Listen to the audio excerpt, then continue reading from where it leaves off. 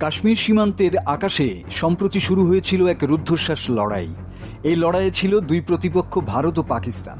আকাশপথের এই সংঘাতে ভারত ফ্রান্সের তৈরি রাফাল এবং পাকিস্তান চীনের তৈরি জেন যুদ্ধবিমান ব্যবহার করেছে।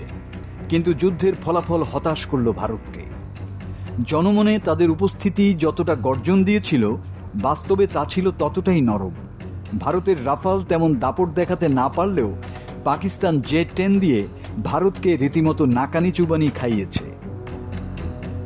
এবার সেই জেন যুদ্ধবিমান কিনবে বাংলাদেশ। আর এই খবর ছড়িয়ে পড়তেই মোদী প্রশাসনের ভ্রু কুঁচকে ওঠে। কারণ এটি শুধু একটি যুদ্ধবিমান কেনা নয়, এটি ভারতীয় সামরিক প্রাধান্যকে সরাসরি চ্যালেঞ্জ ছুড়ে দেয়া। বিশ্লেষকরা বলছেন এই সিদ্ধান্ত কেবল কৌশলগত নয়, এটি এক নতুন যুদ্ধনীতির সূচনা। বাংলাদেশের আকাশে একসময় যে চীনা F-7 কিংবা রাশিয়ার MiG-21 দিয়ে ভরসা করত, সময়ের আবর্তনে সেই দিন এখন ইতিহাস। বর্তমান সরকার আধুনিক যুদ্ধনীতির অংশ হিসাবে এক কৌশলগত গেম প্ল্যানে প্রবেশ করেছে। সেই গেম প্ল্যানের সবচেয়ে বড় চমক 4th জেনারেশনের মাল্টিরোল ফাইটার ZJF-10C। কেউ কেউ একে ZNC নামেও চেনেন। বাংলাদেশ এই বিমান কিনে কেবল পুরনো এফসে ইন্টারসেপ্টরকে প্রতিস্থাপন করবে না, বরং পাকিস্তানের পর দক্ষিণ এশিয়ার দ্বিতীয় JF-10C অপারেটর হিসেবে নিজেকে এক নতুন সামরিক শক্তির রূপে প্রতিষ্ঠা করবে। যে কোনো দৃষ্টিকোণ থেকে এটা নিছক প্রতিরক্ষা নয়, এটি একটি প্রতিক্রিয়া। এই JF-10C যুদ্ধবিমান উন্নত এভিওনিক্স AESA রাডার এবং আধুনিক অস্ত্রের সঙ্গে সামঞ্জস্যপূর্ণ হওয়ায় এটি আন্তর্জাতিক বাজারে ব্যাপক প্রতিযোগিতামূলক অবস্থানে রয়েছে।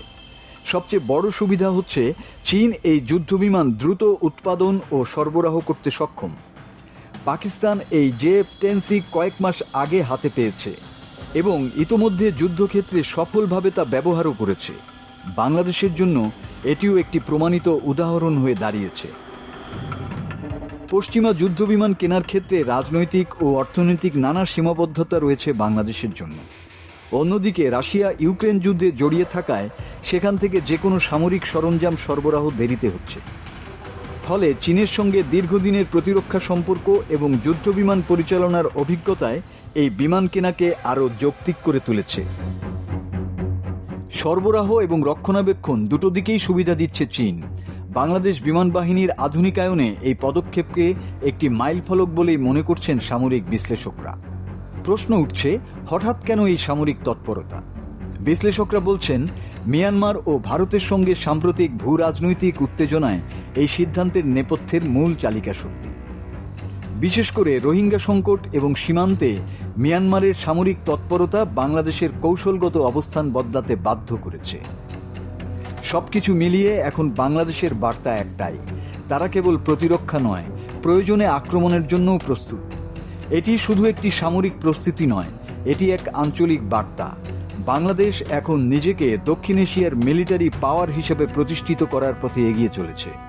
বাংলাদেশ প্রমাণ করবে যে আকাশে শুধু বিমান নয়, উড়ে এক নতুন শক্তির প্রতিধ্বনি।